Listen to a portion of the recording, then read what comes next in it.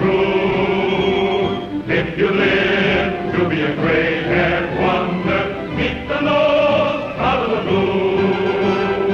Flying men, guarding the nation's border, will be there, follow and more. In echelon, we carry on, boy, nothing will stop the Army Air Force.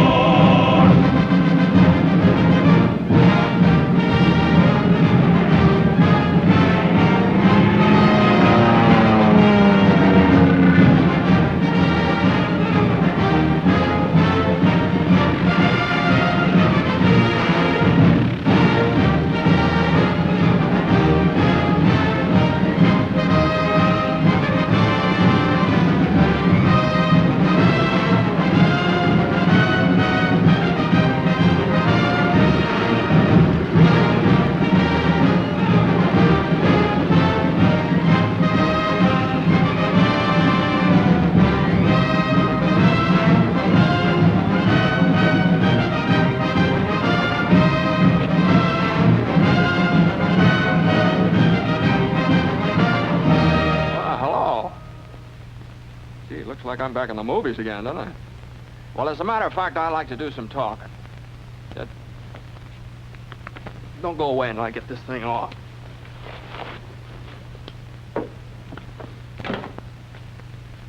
Now, it isn't as if it was a chore for me to talk to you because I want to speak on my favorite subject, the Army Air Forces. I can't speak from long experience. I've only been in the service a year, but I've learned a lot about what the Air Forces have to offer. That's what I want to talk to you about. Right now, the greatest mass mobilization in the history of the world is taking place.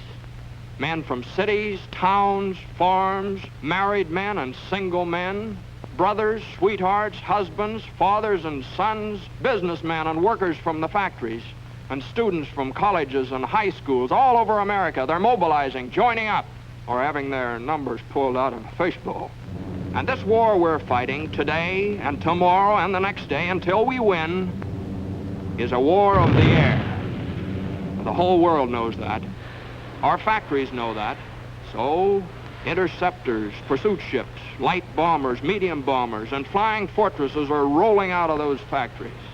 65,000 fighting planes this year, 100,000 fighting planes next year. And to keep them flying, 2 million men. Now that's where you come in.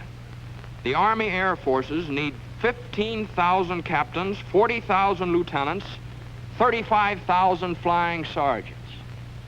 Well, how about it? Well, let's talk it over. Now, make no mistake about this thing, fellas. We're all going to be in this war soon, sooner than a lot of you realize. And nearly all the officers of this great Army Air Force that they're building today are going to be drawn from the ranks of you men, from high schools and colleges, those who join as aviation cadets now. Well, now, before I go any further, are there any questions? Yeah, sure, I've got a question. Okay, shoot. Well, I'd like to join up, but I've got about a year of college left, and I'd kind of like to get that diploma. Well, why not? The Air Forces want you to get your diploma. Fellows like yourself, either in high school or college, can enroll in the Air Force Reserve, continue with your studies, and at the end of the term, or when you get your diploma, you'll be taken in as a regular cadet, if you pledge now. Well, thanks. Okay, don't mention it. Hey, I'd like to make the Air Force, but I'm no brainstorm. My grades aren't exactly what they should be. I hear it's tough to get in. Not anymore, it is. And that blocked letter you're sporting, that tells me a lot. Basketball, football, baseball, or some activity where coordination, control, and the ability to work together with the rest of the team, that's important. The same in the Air Force. They're one big team, and they need men who can pull together and play the game. So, you and your teammates should be a cinch in this, the biggest all-American team we've ever had. Now, here's a fellow who works in a filling station. He looks as though he's got something special on his mind. Say, how about it, fella? You know, I've been interested in the Air Forces for quite a while. But I'm 26 years old and got a wife. Haven't had a chance for too much education. What about me? Well, from where I'm standing, you look like you're ready to sprout wings any minute. You see, formal education is no longer a basis for determining a man's intelligence in the Air Forces. And married or not, you'll receive $75 each month while training, and board and lodging, and all the necessary uniforms and equipment.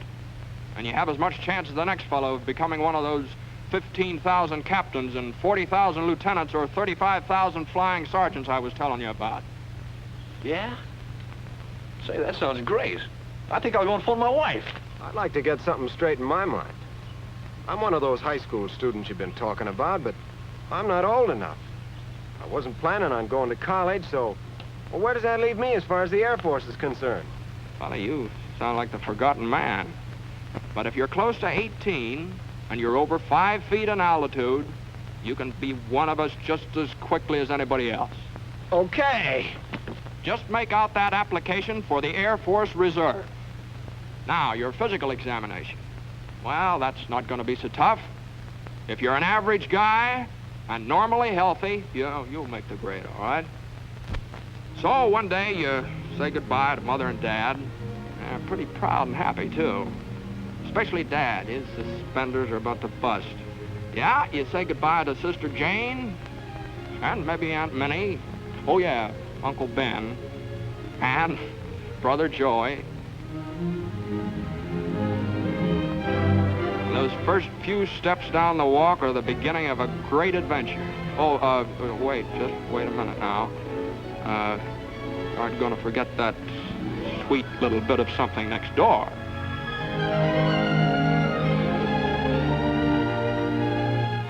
And you're on the train with a lot of other fellas. Probably many from your own school or neighborhood. Oh, yeah, I forgot to say, Uncle Sam bought your ticket. And your destination reads any one of a number of reception centers, maybe in California, maybe down in Texas. It's here that lasting friendships are made because you and your teammates are aiming for the same goal. That big, beautiful, wonderful V that spells victory. And now it begins.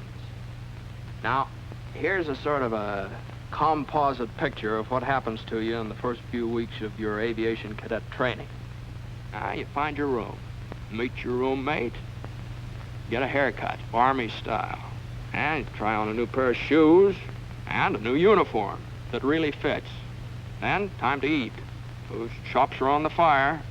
You eat with a few hundred other guys just as hungry as you are.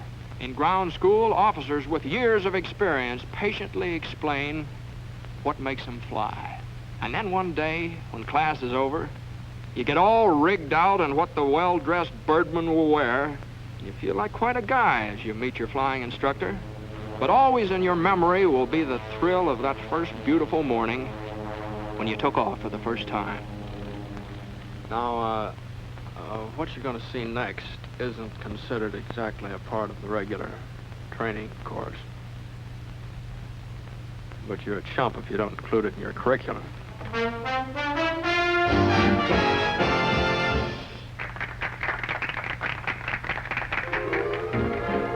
And you find out the effect those shiny little wings have on a gal. And it's phenomenal.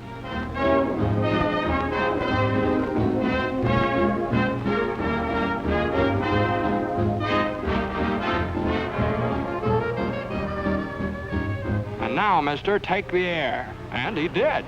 Well, time has marched on.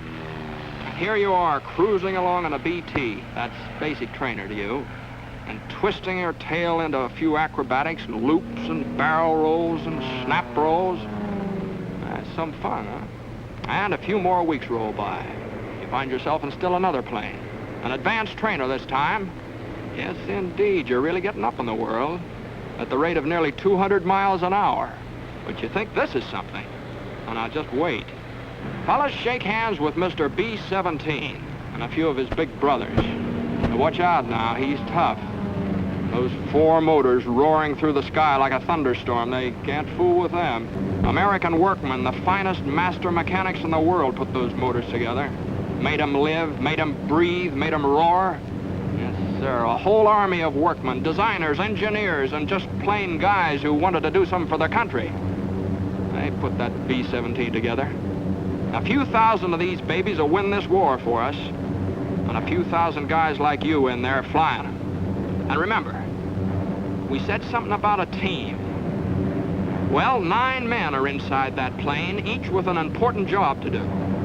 So let's go in and take a look around. Let's meet the team.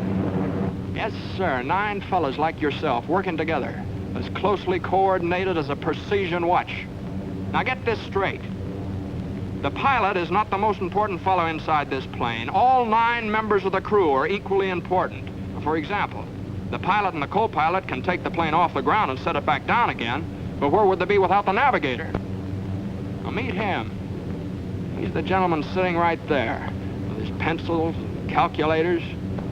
He's responsible for getting the giant bomber to its destination and back again. Now, you might like his job.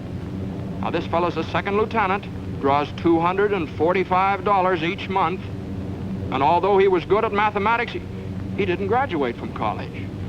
But he learned that the Air Forces could use his talents, and now he's a necessary part of the team.